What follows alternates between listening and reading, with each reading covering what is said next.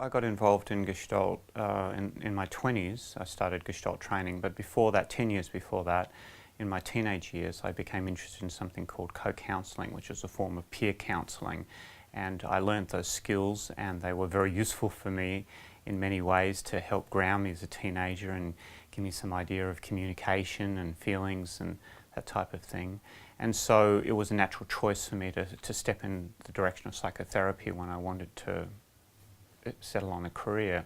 And Gestalt was something that a friend of mine introduced me to. I had really no idea what he was talking about, but it sounded interesting. And when I attended my first training session, I was just straight away like, this is for me, this suits me down to a T.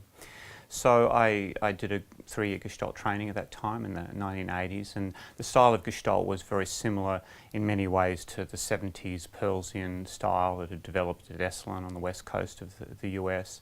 I learnt from some great teachers and came out of that with a basic grounding, though I didn't really quite feel like it was enough, so I did some more study.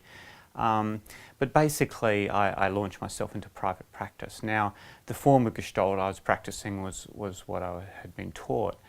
Over the years, as I was asked sometime later to start up a training program for people in the local rural area where I lived, and I did that, I had to review what I knew about Gestalt and add some kind of contemporary learning, and that process has really continued for me. For instance, field theory was not something that was really originally discussed, though holism certainly was. So that was one of the things I encountered and developed a love for subsequently and have incorporated as a core part of my teaching. So in the 90s, Gestalt started changing direction and starting to draw on some of the basic elements which had been there but not so emphasized, particularly what we call relational Gestalt and attention to what's called the I-thou relationship. Fritz Perls did mention that. He certainly worked in some ways that drew on those elements, but since then the field has come to understand the importance of that, and so Gestalt has become less confrontive, more supportive, more interested in developmental and attachment ideas, as well as an emphasis on existential responsibility.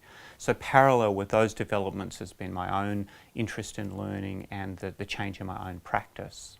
A core part of Gestalt is an emphasis on self-development, certainly on the part of the practitioner. That was part of my training, that's accompanied me through the years and continues to be really important to me. So I consider that my own life lessons, the struggles I've had, the difficulties I've had, the mistakes I've made, my own successes have all built ground which I incorporate into the therapy in terms of what I can self-disclose, the way that I can understand people.